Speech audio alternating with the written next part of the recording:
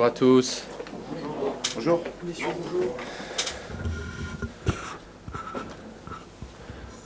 Bien, écoutez, merci de votre présence. Donc on est là pour, à nouveau, et pour la dernière fois de ce mercato estival, souhaiter la bienvenue à Kostas Mitroglou. Et on va le faire comme d'habitude, d'abord en images.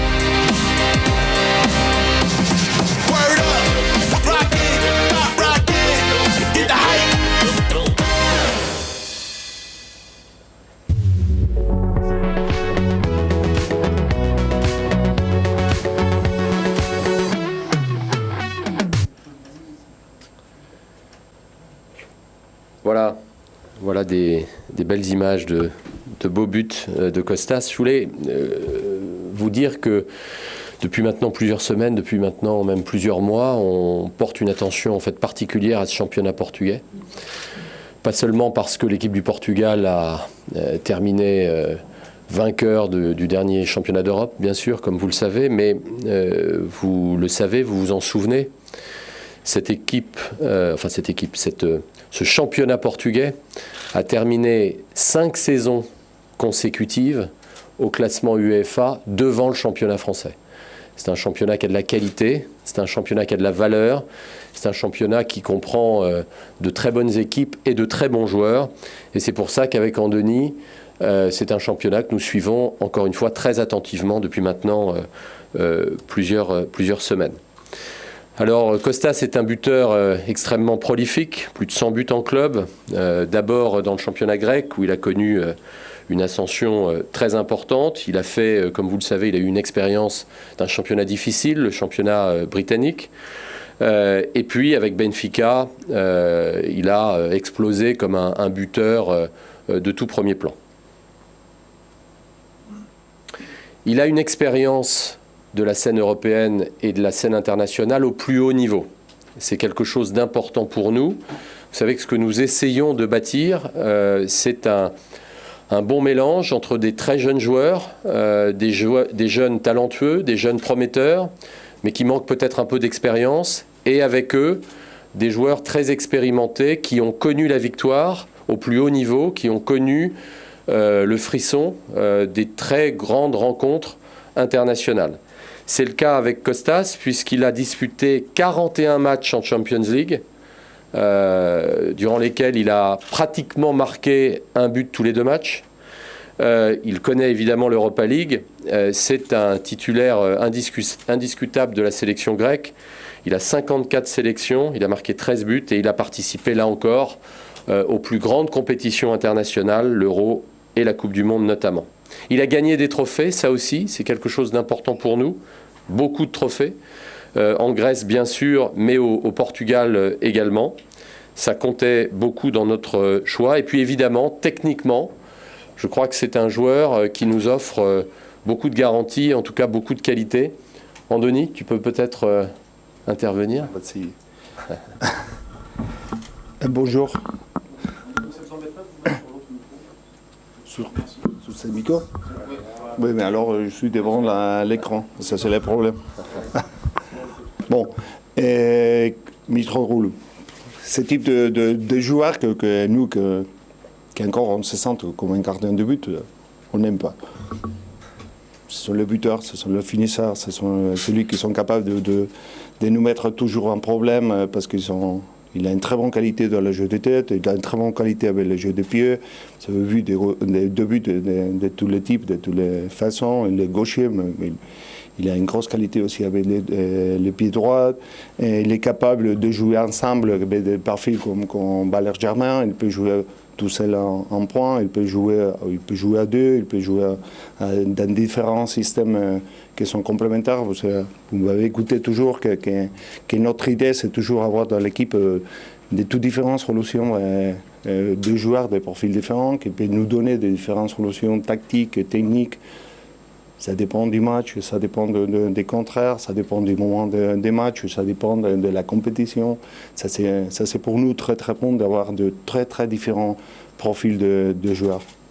Il a une grosse expérience en Europe, il a joué dans très grands clubs, il est capable de soutenir la pression de l'attaquant du Vélodrome.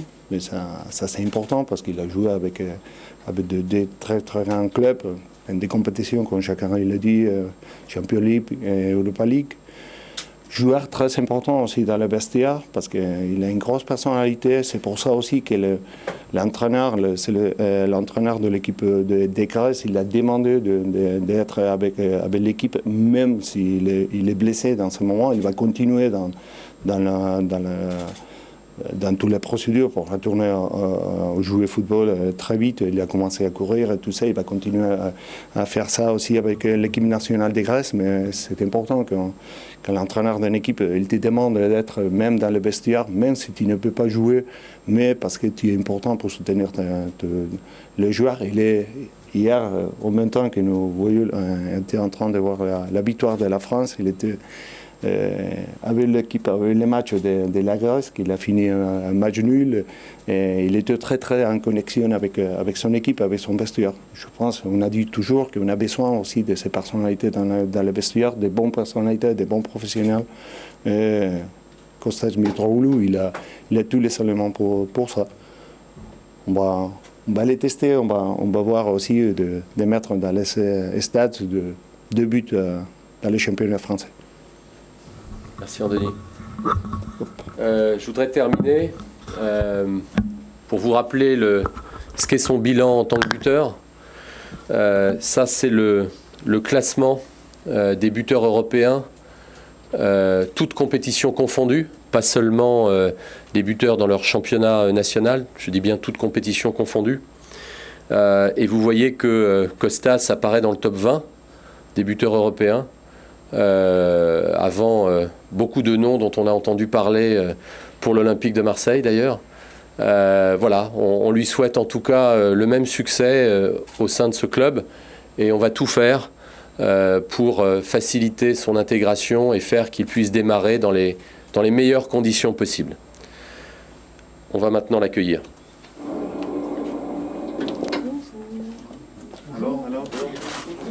Bonjour.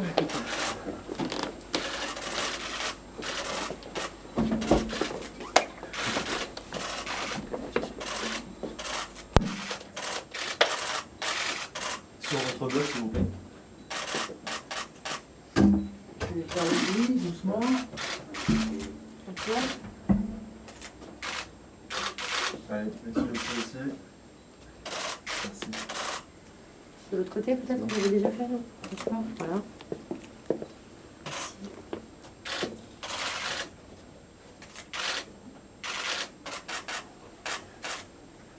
Sur votre gauche, s'il vous plaît. Merci. Merci. Alors Kostas s'exprimera en allemand avec une traductrice. Donc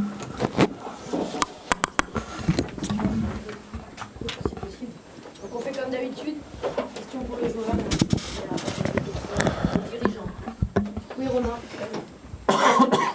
Bonjour. Tu as joué à l'Olympiakos et à Benfica, qui sont les clubs les plus populaires dans leur championnat, avec un gros public. Est-ce que au moment de sortir de l'Olympique de Marseille, tu as pris en compte le fait que le club avait beaucoup de supporters et une ambiance similaire à ce que tu as pu connaître en Grèce et au Portugal? Hast in Olympiakos gespielt und auch in Benfica mit vielen, vielen Fans. Und weißt du, dass es in Marseille auch so ist, dass es viele Fans gibt und die Stimmung im Stadion schon ziemlich ja, 13 bist.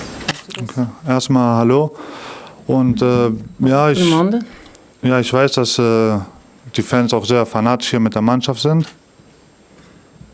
Und dass mich das freut. Und in Olympiakos und in meinen anderen Clubs war das genauso. Und ich kann mit dem Druck umgehen. Und ich warte nur auf das erste Spiel, weil ich das erleben will. Alors, je sais très bien que l'ambiance au stade Vélodrome est bouillon et j'ai beaucoup d'expérience.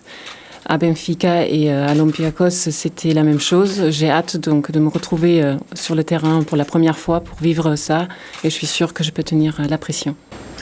Kostas, bonjour. Qu'est-ce qui a fait la différence pour ce contrat de dernière minute au Mercato pour l'Olympique de Marseille? Wie ist das Gefühl für dich jetzt, so in letzter Sekunde bei Olympique Marseille unterschrieben zu haben? Sehr, sehr glücklich. Und wie sich auch der Club und die Verantwortlichen und der Trainer sich bemüht haben. Il est très content et il est ravi et très content de la façon comment l'entraîneur et le club s'est occupé de lui. Und wie gesagt, ich kann nicht abwarten, das erste Spiel für Marseille zu machen. Il est impatient de jouer le premier match pour Marseille. Und wo wir in die Gespräche kamen vor längerer Zeit, da wusste ich direkt, dass ich hier hinkommen will und hier spielen will. Les négociations ont commencé il y a un certain temps et depuis plusieurs semaines, j'ai hâte d'être ici, de pouvoir jouer au sein de l'équipe. Oui. Bonjour, tu es blessé, je te remets. Du bist Espères-tu verletzt. être opérationnel? Du bist ein bisschen verletzt. Wie kann es sein, dass du jetzt so voll einsteigen kannst? Ich mache meine Therapie erstmal und das ist eine kleine Muskelverletzung, ist nichts Großes. Und ich werde so schnell wie möglich versuchen, fit zu werden, um spielen zu können. Alors, c'est pas grand-chose, une petite blessure musculaire. Il va suivre sa thérapie pour récupérer au plus rapidement possible et pouvoir jouer et d'être au top. Bonjour Kostas, bienvenue. Est-ce que tu peux nous raconter un petit peu ce que disait Andonis Zubizarreta tout à l'heure? Hier soir, tu regardais le match de la Grèce en même temps que la France.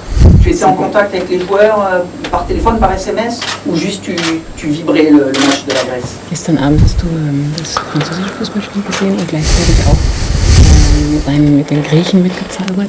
Hast du mit SMS oder mit Nachrichten das gemacht oder warst du einfach nur mit dem Herzen dabei?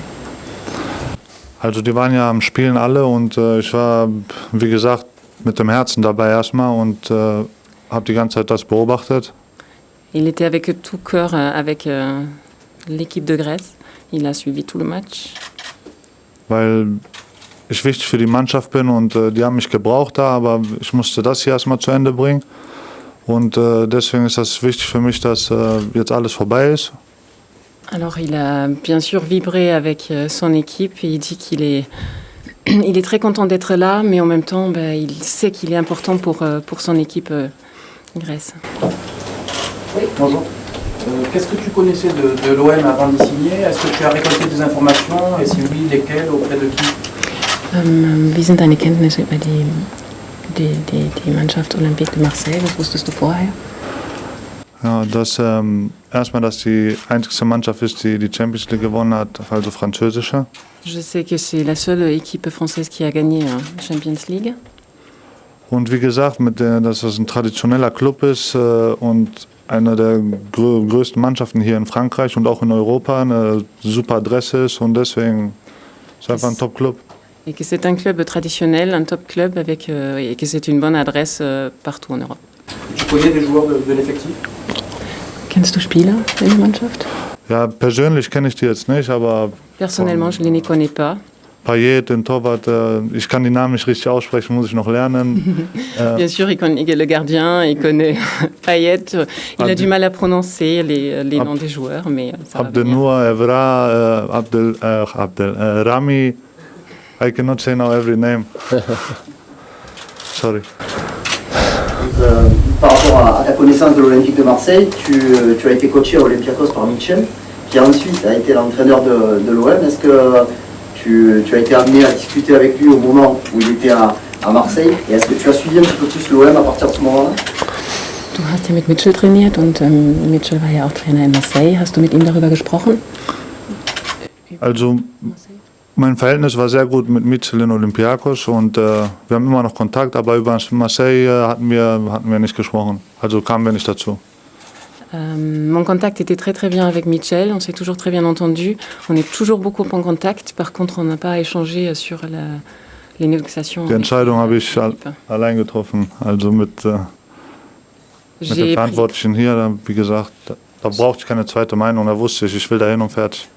J'ai pris ma décision toute seule, je n'avais pas besoin de deuxième opinion pour savoir que j'ai envie de jouer ici. Donc, quel système de jeu tu préfères évoluer? In welchem Spielsystem möchtest du gerne weiterspielen? Wie sieht das aus?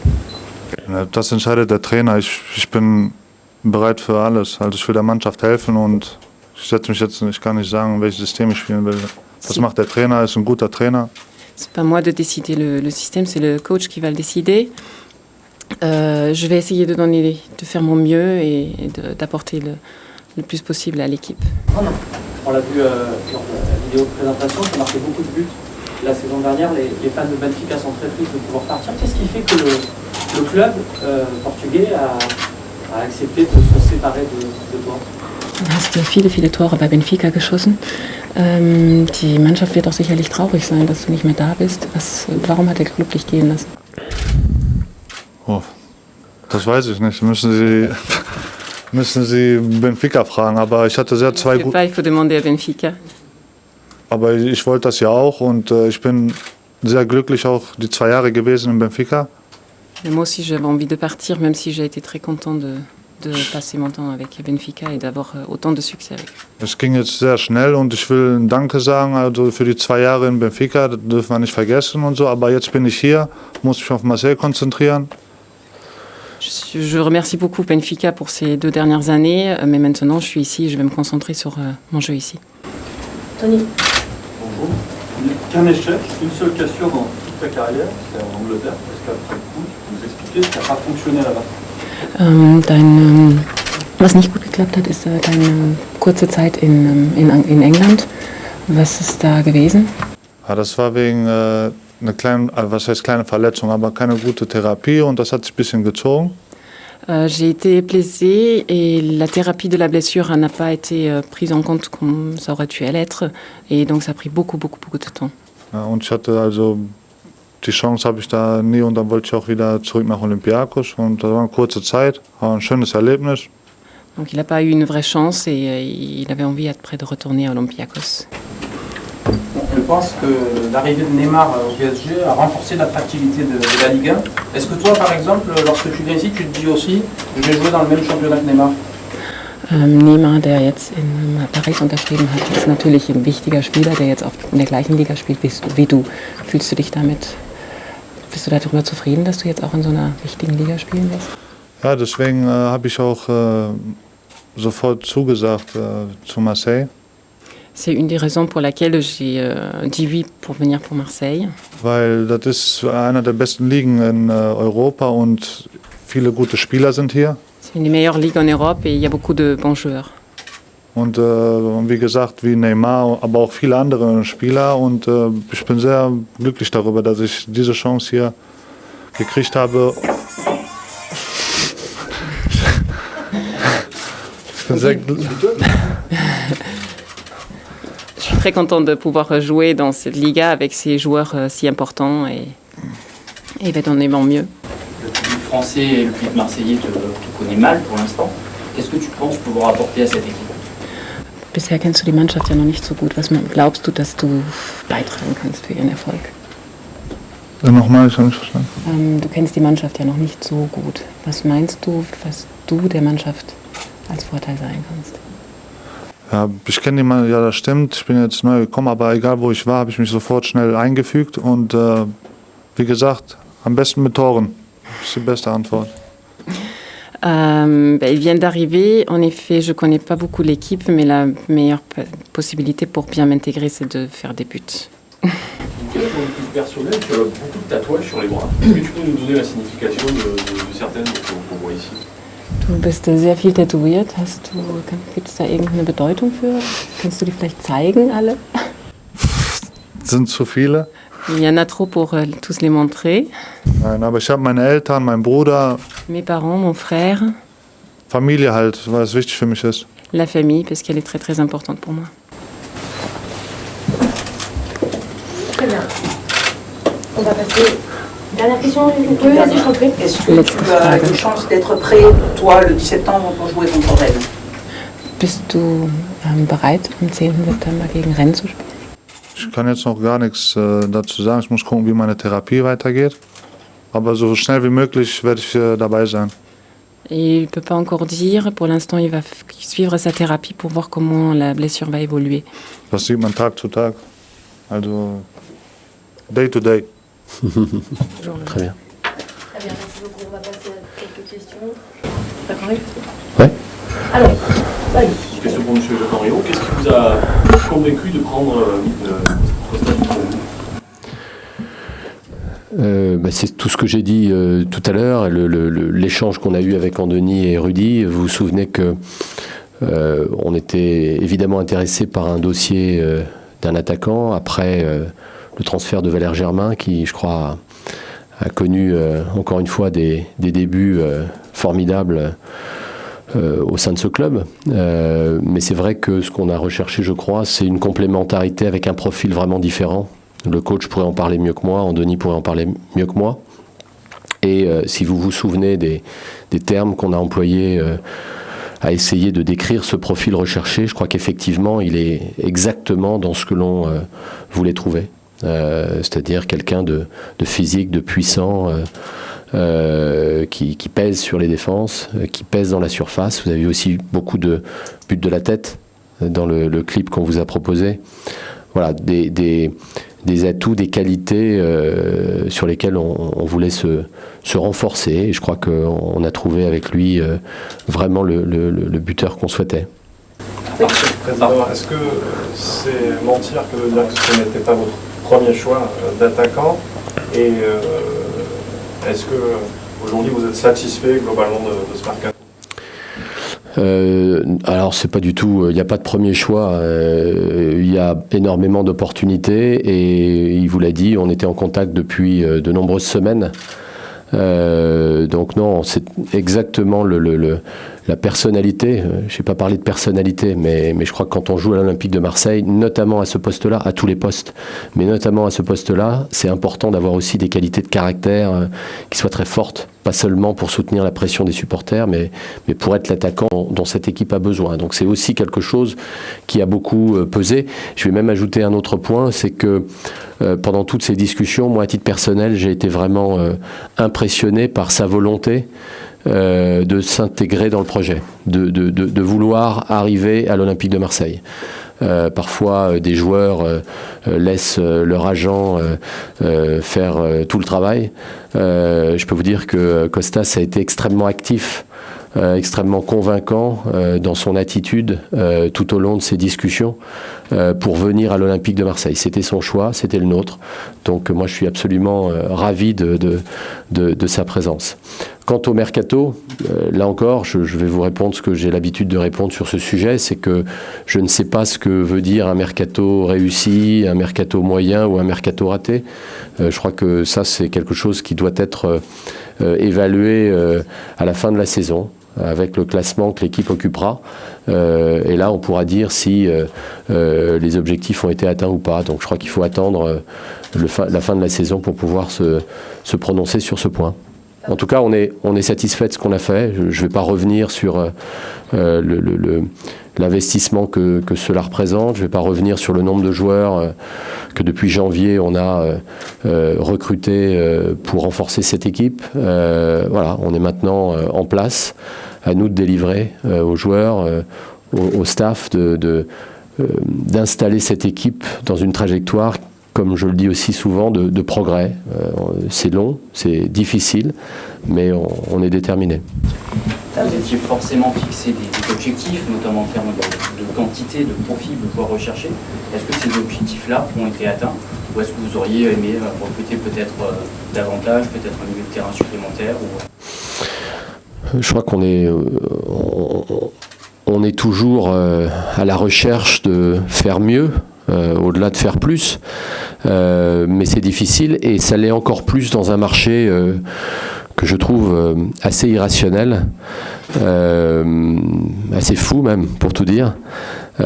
Et donc c'est dans ces marchés-là qu'il faut, à mon sens, rester et garder la tête froide pour ne pas faire de transactions émotionnelles qui peuvent s'avérer compliquées à intégrer, compliquées à gérer par la suite.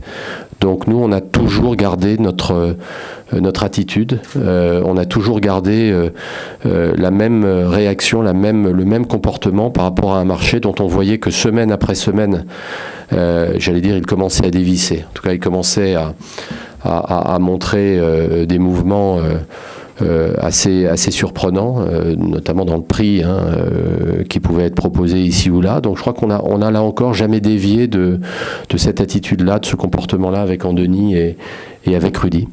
Voilà. Vous l'avez précisé lors de votre introduction, c'est la dernière présentation pour ce mercato, ce qui veut dire qu'il n'y aura pas de présentation pour William Banker alors qu'il y a eu des discussions hier. Qu'est-ce qui fait que ça a capoté? Est-ce que c'est avec son club, est-ce que c'est avec le joueur? Visiblement, ça ne semblait pas être un de ces transferts irrationnels dont vous parlez. Donc qu'est-ce qui fait que ça n'a pas abouti? Bon, d'abord, William est un joueur que moi j'apprécie beaucoup à titre personnel, et je crois que c'est le cas aussi du coach et du directeur sportif. Maintenant, voilà, il y avait un certain nombre de conditions, une analyse aussi des besoins de l'équipe aujourd'hui qui ont fait que ça ne s'est pas réalisé. Voilà, c'est comme ça. Moi, je lui souhaite bonne chance pour la saison qui s'annonce. Et en tout cas, je sais à quel point il a plu aux supporters, notamment en fin de saison où il a fait quelques très bons matchs. Voilà, c'est quelqu'un de bien.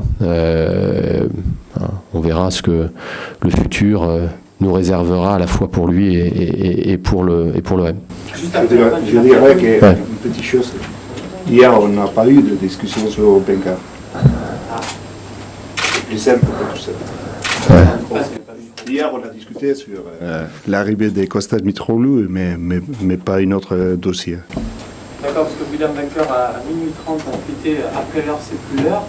Visiblement, donc c'est pas destiné à l'Olympique de Marseille, mais plus à... Je sais pas, non, mais soutien des autres questions. La question était après les discussions. On n'a pas eu de discussion. On a eu des relations avec beaucoup de joueurs. C'est un peu la connaissance des mercato qu'on doit avoir. C'est un joueur qu'on aime. C'est vraiment, il a un très bon attitude. Il a bien joué chez nous et tout ça. Mais à la demande si hier, la discussion qu'on a eu hier, on n'a pas eu de discussion sur le dossier de William Benka. Robin, un peu plus simple. Vous savez qu'il y a à peu près la moitié des joueurs dont on parle sur les réseaux sociaux dès lors qu'il s'agit de l'Olympique de Marseille, pour lesquels il n'y a absolument aucun contact, aucune discussion, mais c'est fait partie du charme des réseaux sociaux, ça. C'est pas à vous que je vais apprendre ça. Oui. Que Rudy Garcia avait parlé avec lui de l'éventualité de rester à l'OM cette saison. C'est pas sur les réseaux sociaux. Comment?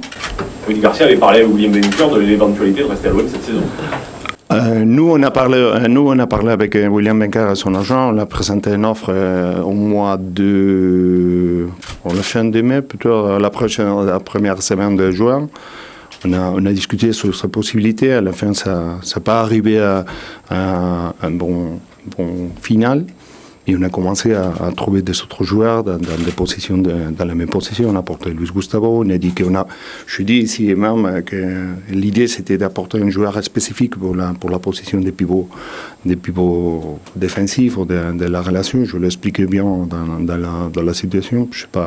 C'est pas une autre chose que oui, parce que c'est un joueur qui vraiment il a eu il était bien, il était très bien l'année dernière. Après, on a des dossiers qui arrivent à la fin, on a des autres dossiers qui n'arrivent pas. Oui. Une question pour Monsieur le Président. Est-ce que pour avoir attendu les dernières heures du mercato pour conclure ce dossier, est-ce pour les raisons économiques que vous évoquiez tout à l'heure, cette inflation sur le marché des transferts qui a rendu cette tâche plus complexe? Bon, d'abord, je pense que c'était un mercato très difficile. Là, tous mes interlocuteurs avec qui j'en parle, au sein des clubs, en France comme en Europe, s'accordent tous à dire que oui, c'est extrêmement difficile. Bon, il y a une négociation, il y a une discussion qui peut prendre du temps. Après, on n'est pas le seul club à conclure des transactions le dernier jour. Il y en a d'autres qui l'ont fait, y compris en Ligue 1 hier. Voilà, c'est effectivement des discussions qui parfois prennent du temps, c'est comme ça. C'est le propre du football aujourd'hui. Mais il y aura peut-être d'ailleurs des réflexions à entamer sur l'organisation, la structure de ce mercato, la fenêtre pendant laquelle il est opérationnel, la relation avec les agents, mais je crois que c'est pas le propre ici de parler de ça. Peut-être qu'on en parlera à un autre moment dans la saison. Tout l'été, je vous ai questionné sur les départs. Il y a 2 jours encore, je vous ai dit comment gérer les dossiers des joueurs indésirables qui n'ont plus de place. Indésirable, on n'a pas aucun joueur indésirable. Ah, c'est ça, alors.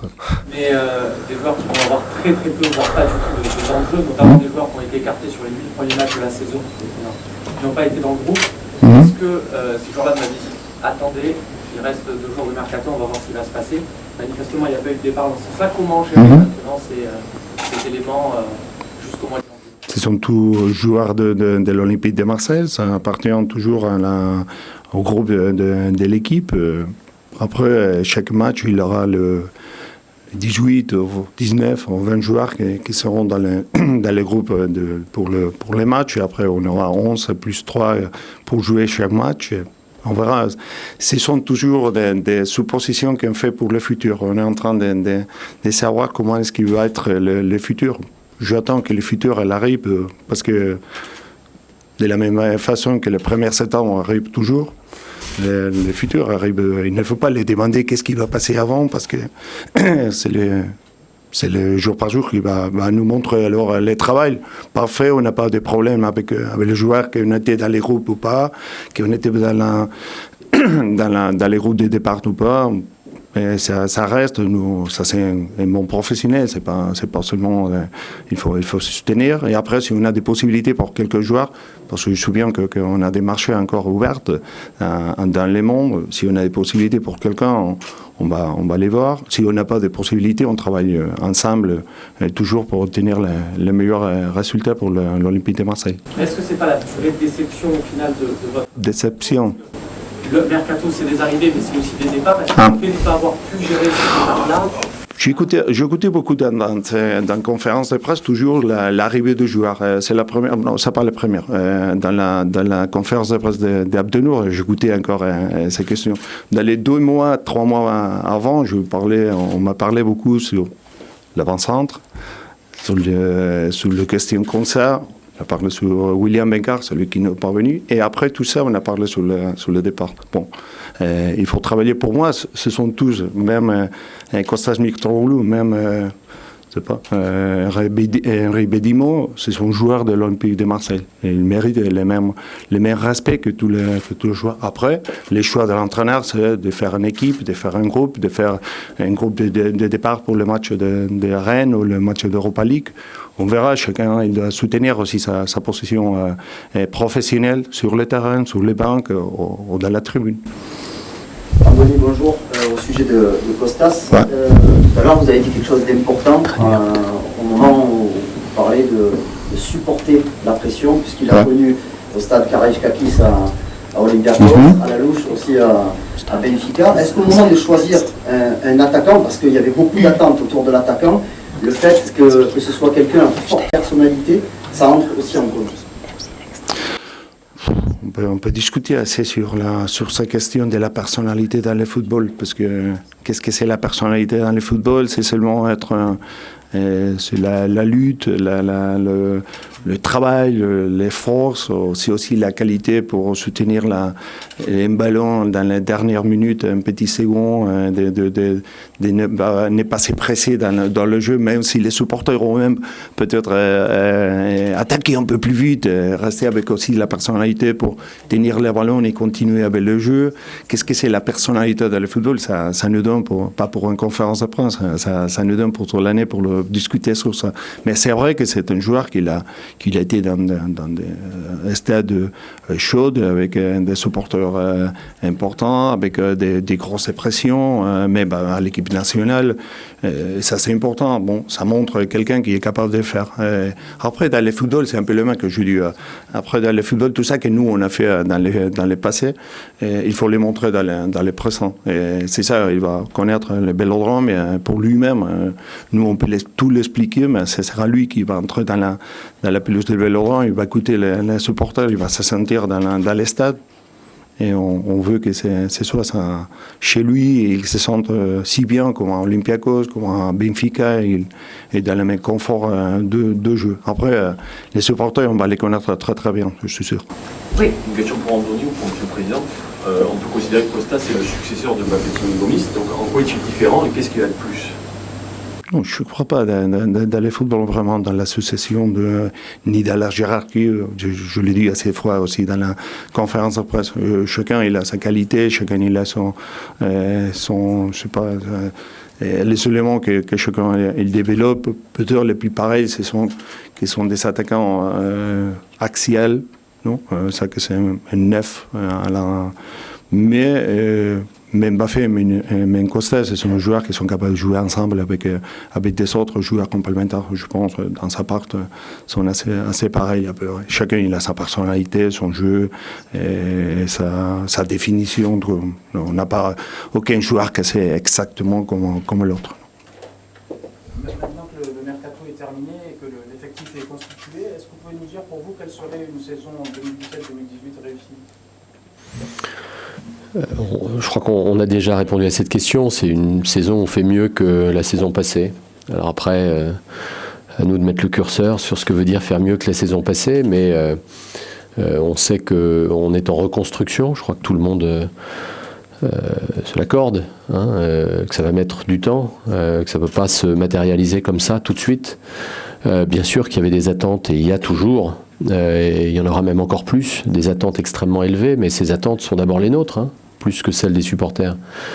Donc voilà, on va essayer de progresser, on va essayer de s'améliorer jour après jour. C'est un long processus, et de faire mieux au classement que la saison passée. Déjà, on est en avance sur le projet parce que nous ne pensions pas disputer les phases de groupe de l'Europa League cette saison. C'est dommage qu'une défaite aussi dure soit-elle, et je ne vais pas y revenir, et fait oublier le fait que quelques mois après notre arrivée, cette équipe se qualifie pour les phases de groupe de l'Europa League. On ne pensait pas arriver à ça dès cette saison. Bon, on y est arrivé, on verra jusqu'où on va dans cette compétition. C'est une compétition difficile aussi, mais on est très content de pouvoir la disputer, et pour le championnat, encore une fois, de faire mieux que la saison passée. Une question pour à la fin du mercato d'hiver, vous aviez 4 joueurs, vous aviez regardé 90 dossiers. Là, il y a 7 joueurs qui sont arrivés. Est-ce que vous avez une idée du nombre de dossiers Oh là. Non, ça c'est trop difficile. Non, pour moi, non, beaucoup. C'est que je pense le président il a répondu après que c'était pas le premier choix ou le deuxième choix, une question comme ça. Je pense que le travail à nous, c'est première de prendre les rapports avant pour prendre la décision. Je veux dire, dans la saison, tu essayes avec notre cellule de scouting de bien connaître le joueur, le profil de joueur, les joueurs qu'on peut jouer à l'Olympique de Marseille. Je veux dire, on a des joueurs aussi joueurs qui sont en Angleterre et qui sont Alexis Sanchez, peut-être c'est un joueur que j'aimais beaucoup, c'est moi qui l'ai porté de Udinese à Barcelone, mais peut-être ce serait un joueur de profil Olympique de Marseille, sûr, mais dans les mercato, et peut-être c'est un joueur que c'est dans une autre condition. Je veux dire, il faut connaître aussi qu'est-ce que tu es capable de faire dans les mercato, connaître les bonnes possibilités, les bons choix, et quelles sont les possibilités aussi des mercato. Alors ça fait beaucoup de dossiers, mais chaque fois que les mercato ils se mettent en marche, ça c'est intéressant, ça qu'a dit Jacques Henry, le président. peut-être il faut une réflexion sur comment est-ce que ça marche, parce qu'avoir les clubs, les équipes qui sont en train de jouer la compétition officielle, en même temps, il y a le mercato en marche, le joueur qui peut changer, qui peut commencer les championnats avec une équipe, un club, et 2 semaines après, il joue contre le même club parce qu'il est parti à notre... Ça, c'est une question que je pense qu'il faut réfléchir sur ça, parce que ça ouvre si des possibilités. Mais dès la dernière 15 jours, peut-être, j'ai reçu plus de messages, des profils ou des possibilités de joueurs qui dans tous les mercatos d'hiver. Et dans les derniers 3 jours, je pense que j'ai reçu plus de messages et tout ça que dans les 2 mercatos d'hiver, si c'était mercato d'hiver et les 2 mois de mercato d'été. Mais ça, c'est normal, ça bouge dans les derniers moments. Tout le monde essaye de trouver quelques possibilités, quelques solutions, quelques joueurs, le joueur parfait, le joueur qui a eu un problème avec un entraîneur et qui veut partir de son club. On a toujours des questions comme ça. C'est ça qu'après, il faut réfléchir, connaître les marchés et savoir si les joueurs sont intéressants pour nous. Ça c'est la question finale. Et la principale, c'est si le joueur il veut jouer avec toi. Costa, si vous voulez jouer avec nous, ça c'est un peu plus facile après. Pour terminer, une question pour Kostas. Joueur né en Grèce, ayant grandi en Allemagne, est-ce que ça va être facile d'apprendre le français? In Griechenland geboren, in Deutschland aufgewachsen. Wird es schwierig sein, Französisch zu lernen? Nee, ich glaube nicht. Also ich werde das schaffen. Je ne pense pas, je vais y arriver. Merci beaucoup. Merci. Ciao. On peut le faire tout seul avec le maillot? Pardon? Tout seul avec le maillot? Merci.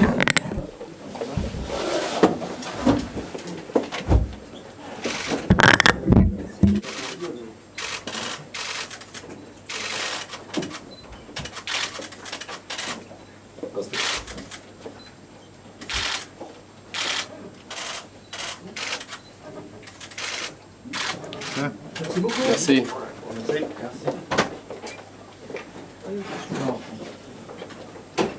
Du vin.